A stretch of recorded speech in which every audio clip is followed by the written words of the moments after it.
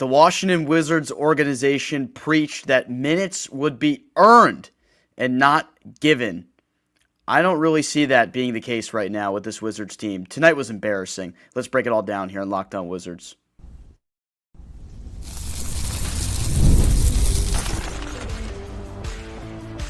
You are Locked On Wizards, your daily Washington Wizards podcast, part of the Locked On Podcast Network. Your team every day. DC family, you're locked on to the Washington Wizards, where you're part of our family. We thank you for making Locked On Wizards your first listen every single day. Part of the Locked On Podcast Network, where it's your team, the Washington Wizards, every day. Free and available wherever you get your podcast 5 days a week. Alongside the DC Sports content creating Savan Abdullah Ayubi, I'm Ben Strober, and I cover all things DC Sports for 106.7 The Fan and the Team 980. Embarrassing stuff for the Washington Wizards tonight. 136-107. The Wizards drop it and lose their sixth straight game. Real quick, before we begin this one, today's episode is brought to you by FanDuel. Right now, new customers can bet just $5, and if your bet wins, you'll get $300 in bonus bets to use across the app. Head to FanDuel.com to get started. AB, where do we even begin, man? 136 points, Ben. I was saying in a live stream that the NBA, and I can propose it, they should start a new thing where games should end after the first quarter, because if that was the case, the Wizards probably would be having a winning record right now. But unfortunately, you have to play all 48 minutes. And tonight, Ben, Jaylen Brown was just doing his own thing. Jordan Minot, who was an NBA player on the Celtics, somehow was balling out there. The Wizards, in a night where Alex started 31 points and 3 blocks, could have potentially beat his career high, but he was being pulled out because the game was way, way over for the Wiz kids. This is just, respectfully, Ben, this is embarrassing. Like, going into this season, it was all about being competitive, playing defense, being a team that's going to play fast. Where's that? What's up with the lip service here? It just doesn't make any sense, and I still understand we're going to lose games. Don't get me wrong, but the fashion that you lose it. You have an organization in Monumental Sports that's charging $20 a month. Why would fans want to see a product that just doesn't look like they improved from last season to this season? Generally, Ben, I asked you in the live stream, has there been a difference when it comes to this team last year, besides not having Kyle Kuzma and Jordan Poole? Is there really a difference? And seeing guys like CJ McCollum who are clearly struggling, and I understand CJ McCollum, what he's done in the past, but this is a new year, this is a new regime, this is a new Wizards picture that you're trying to build, a new foundation. I don't know what to say. This is beyond what I can say. I mean, there's so many things I want to say, but I know we're supposed to be, very family friendly, and it's just frustrating. I'll sum it up like that. Look, today is your opportunity, the fans watching, you listening, to vent. The final segment after losses, we've created a new segment. It's just going to be called Let It All Out. We're going to do our first edition of Let It All Out. We're reading all of your comments as long as we can actually read them on the air. Please do not swear. It's a family-friendly podcast. But let us know your grievances right now you have with the team. And I've got a lot. I've got plenty to get to in this first segment because of this lip service from the organization. You preach meritocracy the entirety of this offseason, that you're going to compete, that all minutes have to be earned, not given. Where's the reflection of that? Where's the reflection of that? You're not seeing that whatsoever. CJ McCollum has been one of the worst players on this team right now. He's been that bad. And tonight was another example of him just, I can't even say it. 1 for 10 from the field. 0 for 4 was a -9. 3 fouls for CJ McCollum. What happened to this guy? He looked like he'd be the consistent CJ McCollum, 20-point per game scorer, doing an efficient rate during the preseason, and the dude can't buy a shot. Yet you have Trey Johnson spending so many minutes of this game on the bench. And if you look at the box score, you say, oh, well, Trey Johnson actually ended up playing in more minutes in this game because he played, and I'm trying to pull up the final. He played in 24 minutes compared to 17 for CJ McCollum. But the reason Trey Johnson's playing all those minutes is because the game is already over. In what world does CJ McCollum actually deserve to be playing all these minutes right now and taking the shots he is? He's taking terrible shots. So many possessions. It's unbelievable. And another thing for tonight, like, he's a young guy, so I understand him getting a lot of the minutes, but Bub Carrington very clearly out there struggling. plays the most minutes on the team tonight with 31. And Bub's things started off well. He had 2 really good passes out of the pick and roll to Marvin Bagley early in the game, and I started to say, okay, maybe we're seeing a flash here from Bub. And then the final stat line for him, he finishes a minus 30 in this game with 3 turnovers as well. Just persistent issues. Bub Carrington, the confidence is not there for the kid. But I don't understand it from Brian Keefe. The fact that we actually had a guy, I think it was Jack, in our chat that brought this up. He said, oh, it's great that we see a lineup out there of Alex Sarr, Keyshawn George, Trey Johnson, Bilal Coulibaly, and Bub. Like, that's the 5 you have out there. That like, those are the young guys all out there playing. And we said, is that the first time we've seen it? So I looked it up. I found out they only played in 9 minutes total throughout the entirety of the season through 7 games. And a minute later, you don't even see the lineup anymore. How are you supposed to establish any type of continuity, any type of flow to the game, offensively or defensively, when you're consistently just rotating guys in and out and the lineups don't make sense? I don't get it. I'm today very frustrated. That was one of the hardest watches we've had of this young season so far. And the way they play defensively, you've given up over 125 points in 6 of the 8 games you played. You're going to have a lot of nights like that, the way it looks right now. Something's got to change. 6-game losing streak, Ben. We're close to nearing that 10 games away from 16. This is beyond me, Ben. I just don't get. There's got to be some changes, like you mentioned. Minutes should be earned, not given. It's not about what you did in the past; it's what you're doing right now. And I mean, the point guard position, we're gonna keep talking about it. It was nice to see JC take advantage of his opportunity with Chris Middleton out, and I'm hoping when Chris Middleton comes back that he won't be delegated to playing like the last minute of the game. He had 12 points, 5 rebounds. One steal. Go ahead. If he does, we're gonna crash out because Chris Middleton was not playing well when he was playing either. It felt like a breath of fresh air to have Middleton not playing. I'm not wishing injury on anyone. I hope Middleton comes back, but he needs to come off the bench when he comes back. Justin Champagnie has been so much better, so much more valuable. He comes in and he plays winning basketball every single time he's out there on the floor, and then he gets taken out so fast. And like, I guess that's intentional. If you're a guy that plays consistent winning basketball on the Wizards in 2025, the way the plans are for the season, I guess you can't play enough minutes. But it just doesn't reflect what your message was. Your message was you had to earn your minutes. They wouldn't be given. How is Justin Champagnie not earned to play more minutes than a lot of these guys right now? Yeah, it's not like Ben. He was given 0. There were some games where he was getting 2 or 3 minutes, and now that Chris Middleton's gone, Coach Brian Keefe is like, oh, hey, this guy JC looks like he can go out there and produce. It's not like we were saying that. It's just it's frustrating. And this is one thing that you said going in the stream. You said, right now, Corey Kispert is the most valuable trade asset. And if you told me that beginning of the season over CJ McCollum, I'd call you crazy. I think you were on something.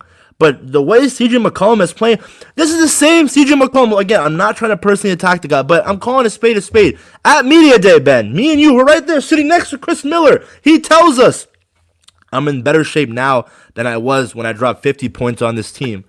I'm sorry, like, what is that? Like, this is beyond me. Like, this is a guy who's supposed to give you 20, 25 points a game. This is a veteran who, when there's a scoring draw in a game where the Wizards can't buy a basket, he's the one that's going to help you out. 1 for 10? And again, it's not all him. CJ McCollum is not playing 1-on-5, but he contributes to it. And giving up 136 points doesn't help either. This is a Celtics team that doesn't even have their number 1 option. Jason Tatum's out for the year. This is a team that's going to be tanking. Maybe somewhere they're going to land AJ DeBonza. It's just, it just doesn't make any sense, Ben. It really doesn't. Doing the same thing over and over again, expecting a different result. That's the definition of insanity. And right now, I mean, we're grilling this Wizards team. I understand that we're supposed to lose, Ben. I know people are going to be saying that, yeah, trust the process, tank. But I don't see any improvement. I legit don't see any improvement. And if it wasn't for a Keyshawn George masterclass, you lose that game in Dallas and you're 0-8. Well, AB, I got even more for you because the first quarter of that game, as we said, we're like, hey, stop the count after the first quarter because of how well it went. And that's another prime example. The Wizards have actually started off pretty hot in a bunch of these games through 8 so far. They outscore Boston 37-26. And then you get outscored 44-23 in the second quarter. You were being outscored at one point, I think it was 23-4. in that second quarter alone. And I went back, I looked at the stats. Boston entering this game 28th in the NBA in second quarter offensive production. And you become the outlier where they play insanely well in the second quarter. In fact, the Wizards are the outlier for how Boston looked offensively tonight.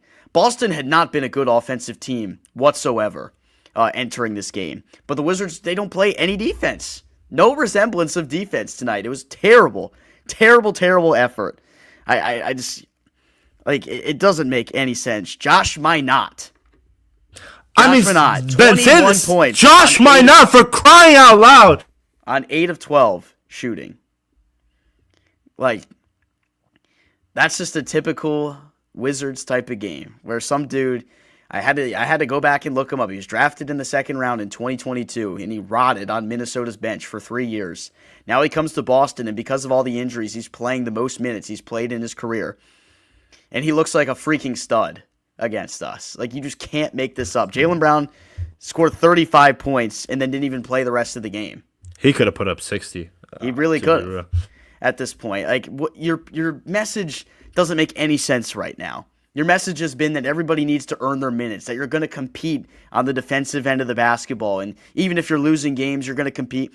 Today was no progress for me, and I made the point a couple nights ago that this Wizards team, I'd been mostly satisfied through the first 7 games the way they played because you've seen some meaningful development out of guys like Sarr and George. And Alex Sarr, once again, was great in this game. He puts up 31 points in the game for the second time this season, 8 rebounds on 12 of 20 shooting, 4 of 5 from downtown. Like, a really damn good night for Alex Sarr. And yet I am up here screaming because I don't understand the conflicting messaging we've seen from the organization. You say one thing, you do the other. The actions need to speak louder than the words. And we're not seeing that right now for this Wizards team, and it's frustrating.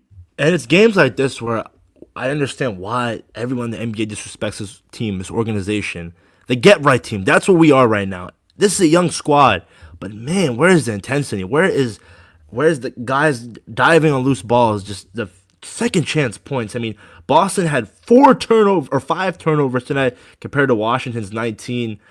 It's 12 steals. What's the solution, Ben? Getting a point guard? Like, where do we begin? Because offensively, defense, they combat each other, and I just don't know when they'll figure this out. It's not getting easier. You're playing Cleveland on Friday, who, surprise, Darius Garland is back in the lineup. That's going to be exciting. The only fix is they have to play better, and you need to see Trey Johnson play more minutes. You need to see the offense focus more on getting him opportunities where you have him coming off set plays, set screens. Like, we're not seeing any of that, and that's why Trey Johnson hasn't looked as good as he can. I think Trey Johnson should start for this team right now. I really do. But, that conversation will only get more and more loud as the season goes on, especially if CJ McCollum continues to struggle the way he is. All right, we've been yelling and screaming for 13 minutes. We got to take a quick break. When we come back, we'll continue this conversation here on Locked On Wizards. It's a tough night. The NBA is back, and there's no better place to get in on the action than FanDuel, the official sports betting partner of the NBA. Even if you missed the start of the game or want to ride the hot hand, FanDuel has live bets on everything from who will score next to fourth quarter comebacks. Plus, you can combine your live bets into a same-game parlay for a shot at a bigger payout. It keeps every game more exciting, especially when your team's making that late push. Wizards weren't doing that today. Right now, FanDuel is giving new customers $300 in bonus bets when your first $5 bet wins. So head to FanDuel.com to sign up and play your game with FanDuel, the official sports betting partner of the NBA. Let's be real. Making excuses doesn't solve anything. We've all heard them before. It's just stress, or I'm just tired, or it happens to everyone sometimes. But when it comes to performance, sometimes your body just needs a little extra support. And that's where Rougiet comes in. Rougiet.com offers fast-acting doctor-prescribed treatments for ED designed to help you stop making excuses and start making moves. Rougiet makes it easy to get started. You just connect with a board-certified doctor 100% online, no awkward wait rooms, and no in-person appointments. If prescribed, your treatment ships discreetly straight to your door. The process is fast, simple, and private, and it's all handled by real doctors. It's about confidence, connection, and getting back to the moments that matter. Visit rugiet.com/LockedOnNBA to get 15% off your first order. That's rugiet.com/LockedOnNBA. And don't forget to use our code LockedOnNBA so they know that we sent you. Rugiet, stop making excuses and start making moves. AB, I think you and I have been on the podcast since June, July, August, September, October, 5 months almost. I think it's the most frustrated I've been for an episode. And yeah, like we started in the off season, so there wasn't really much to get worked up about. And I understand, like, this is a real tough year. You knew this was going to be a tough year for this Wizards team. But the bottom line, if you're just getting blown out and not competing on the defensive side of the basketball, you aren't doing the things you said as an organization you're going to do. And I'm not trying to say that Will Dawkins, the front office and all that, like, doesn't have a good message. I think the message is great, and I completely believe in what this Wizards organization is doing right now. Long term, there's still a long way to go for this Wizards team, but this is just real painful to watch. It's brutal to see the same mistakes happening over and over again without correction. And I've really started to grow a lot of frustration within Brian Keefe right now in the way the rotations have been, the amount of minutes we're seeing for certain players, the reluctancy to playing offense the right way, not moving the basketball for long spurts of the game. It's frustrating to watch. And I understand, like, the Wizards don't have the talent to compete right now necessarily, but tonight was not an example of that. You're playing a Boston team that really is missing its number one option, and they're not even a good team right now.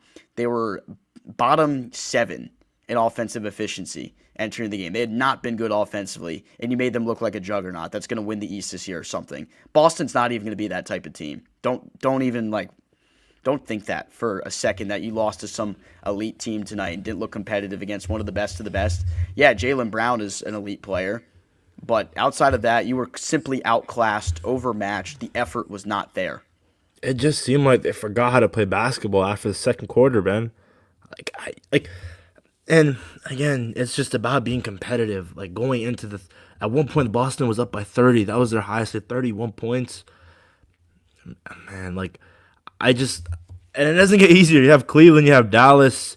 The next winnable game might be that November 16th game against the Nets, who the Nets just won their first game. So right now, maybe do an update on the Tankathon. We'll have to see.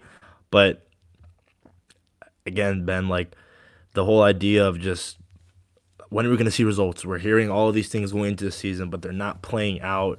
There's got to be some solution out there, and it's just nights like this where it's consecutive 6 games in a row losses. You blew a lead in the fourth quarter against Philadelphia. Charlotte, you completely blown out at home. I don't know how you can figure it out. Where does it start from? It starts someone in the locker room. Someone needs to start pointing fingers, because the young guys, Alex Sarr, Keyshawn George, and Bub Carrington, they went through it last year. You have to look at yourself in the mirror and say, I understand this team. We don't have the superstar experience. We don't have the all-star experience. We don't have any guys that are game-changing. But we're young. We need to play fast. And tonight just wasn't the case. The ball movement, I mean, at times, I like it. The pick and rolls with Alex Sarr, you love to see it.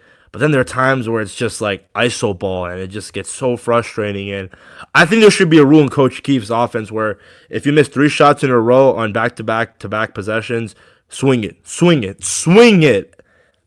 Tonight, it was completely frustrating. I know we went off on CJ McCollum, but we just expect better from him because he's that veteran, because he's had experience averaging 20-plus points per game. And going into the season, I expected him to average around that. But right now, Bennett, I don't even know if you look it up. Is he averaging, 10 points a game? Or am I tripping? Is it less than that?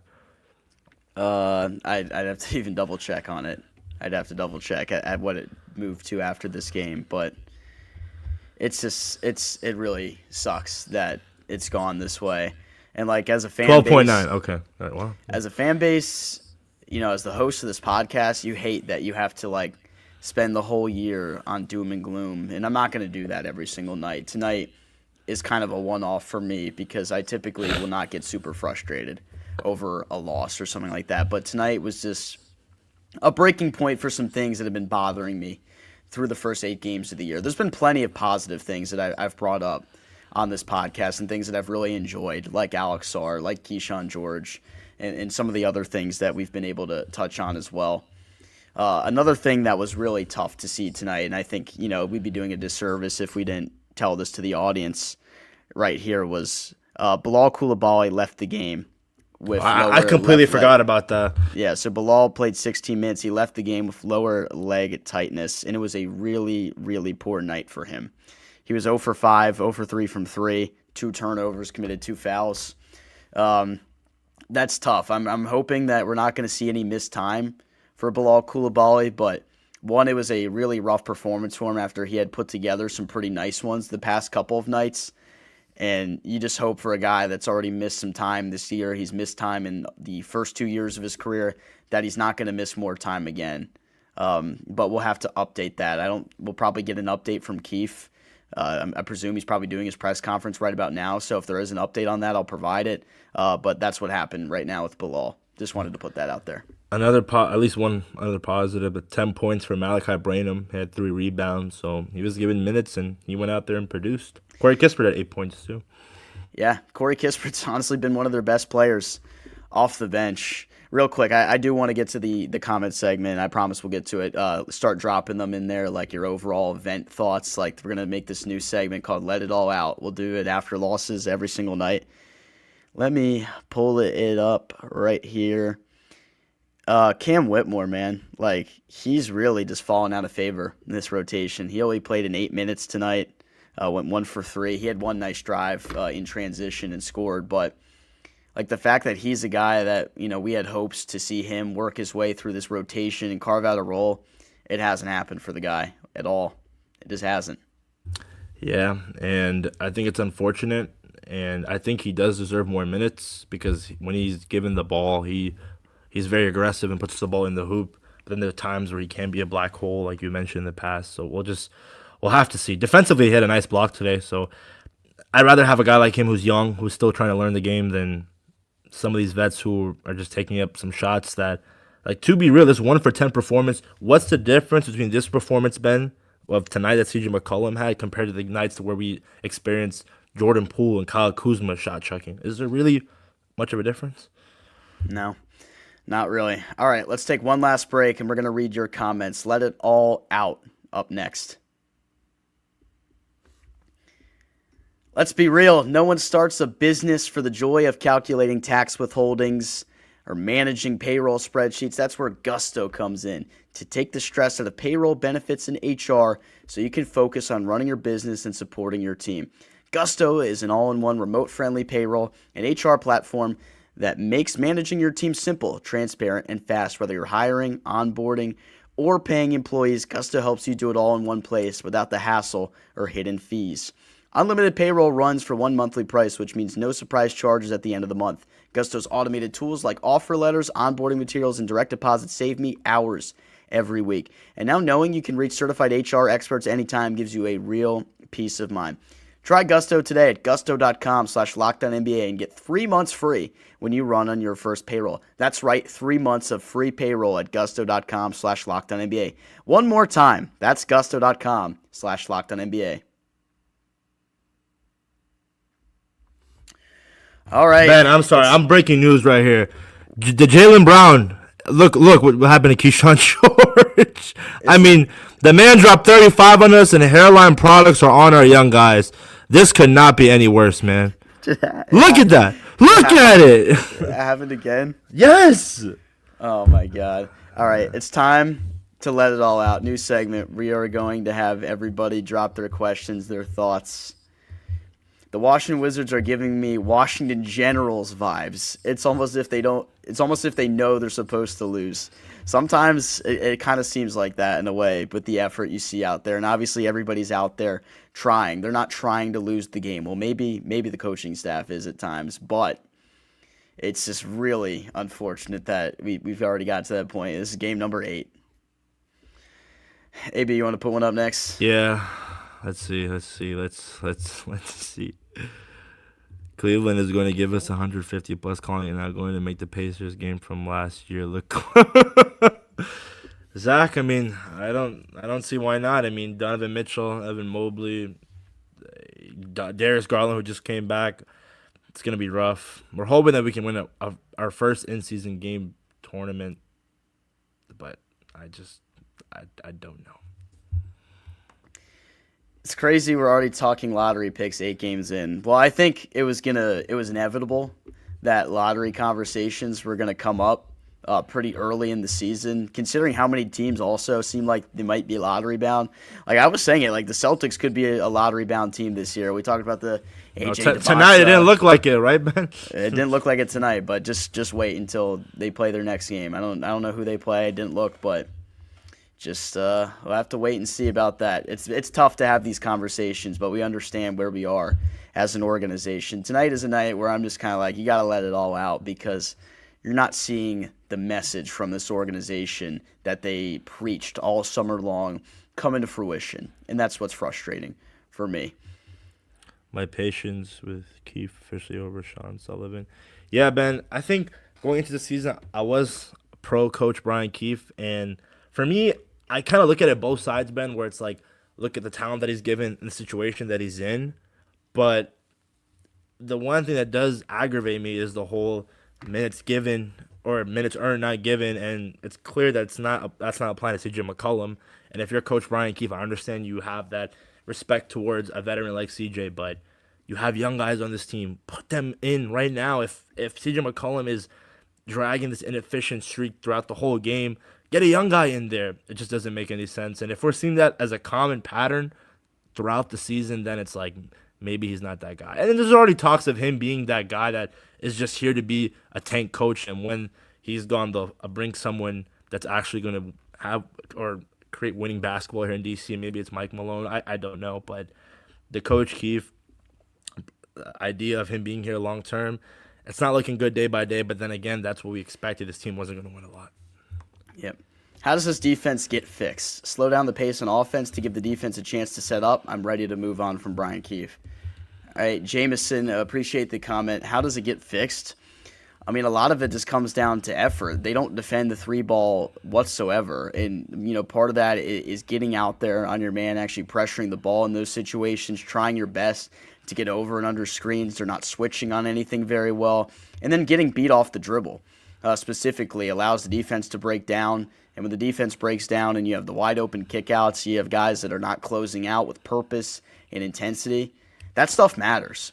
We saw it in the win over Dallas, where they were actually closing out with purpose and how it led to transition points in offense. This Wizards team plays with pace. Second in the NBA in pace, but as a result, they're getting burned in transition, and they're really failing to rotate defensively. Tristan Vukcevic is the jig finally up. He's so good on offense. Why aren't we playing him? We'll put that up right here.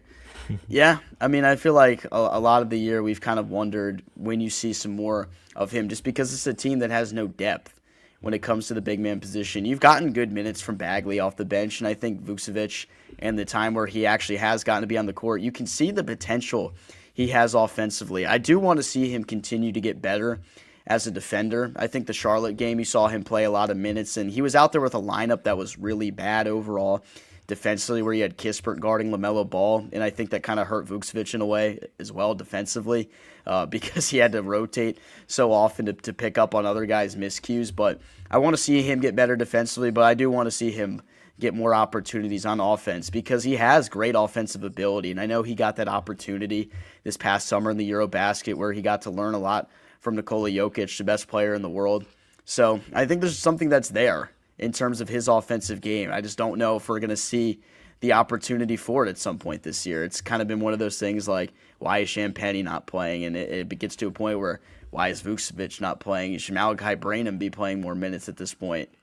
Yeah, thank you for the comment, Lord Havoc. Is AJ Johnson good or not? Why does he always get garbage time minutes? Can't he play the point? Well, to be quite frank, I don't think this organization, this coaching staff, think he's ready. I think there's a long ways to go for AJ. Very athletic, but when it comes to being that pure point guard, I don't think he's going to start. Not off the second unit as well. I'm assuming Ben and I were talking about this, that he's probably going to get a good amount of bump in the Capital City Go-Go, which I don't mind. That would be nice. But for him to get a lot of minutes right now as a point guard, it might be a little too early. I don't know. What about you, Ben?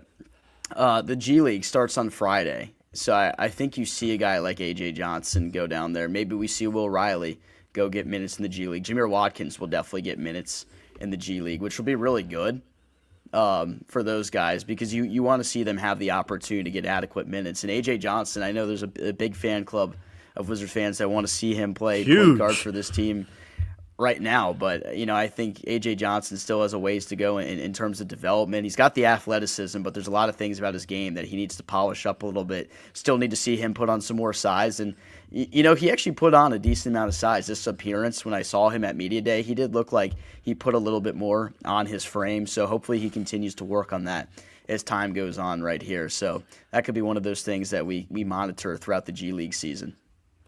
Yeah, I love AJ as much as you guys, but I think this coaching staff is also being realistic. I think Ben, what else am I looking at? If CJ is not and Middleton is injured, who will be the mentor for a lot of the youngest players? Do they need one? I mean, at this point, Ben, how much do we value mentorship if we're losing by 30 every night, right? Or am I tripping? I don't think they're getting. I mean, maybe in terms of locker room stuff, I don't really know exactly what's happening behind the scenes. I know Corey Kispert is his main goal recently has been to help Trey Johnson find a hobby outside of basketball, which is great and everything, but we're not seeing a lot of real leadership on the court right here. Yeah, I mean, again, if you're getting blown out by 30, what it makes a difference what you're doing in the locker room? To be quite frank, I don't know if I'm looking at anything else, Ben. I mean, yeah, just not a good night. Again, guys, I apologize at least from my end from being a little too negative tonight, but this was a night where it's hard to be positive. Yeah, I'll put it that way is how positive can you really be after a night like this? And if you're one of those people out there that doesn't like negativity whatsoever, then I guess this podcast, this episode won't be for you. And that's okay. You don't got to watch every single one if you're not into it, but I got to give my bold real assessment from the game tonight. I'm not going to sugarcoat it night in, night out for 82 games of a season because, who would want that? Who would want me to come up there and be we lost by 30 points? How the hell do you sugarcoat this? If you, that's actually impressive if you can. We'd be we lost by 30, but Alex Sarr had 30, so we basically won.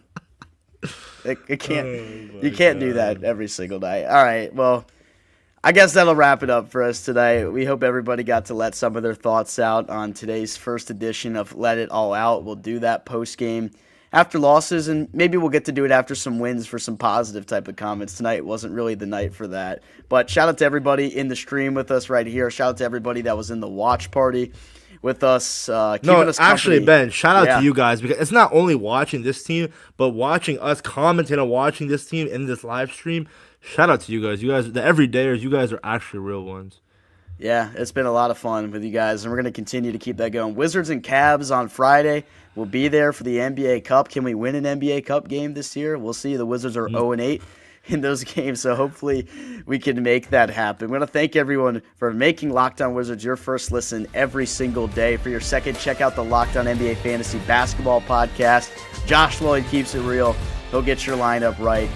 Appreciate all of you who tuned in with us today. For my co-host Abdul Ayubi, I'm Ben Strober. We sign off.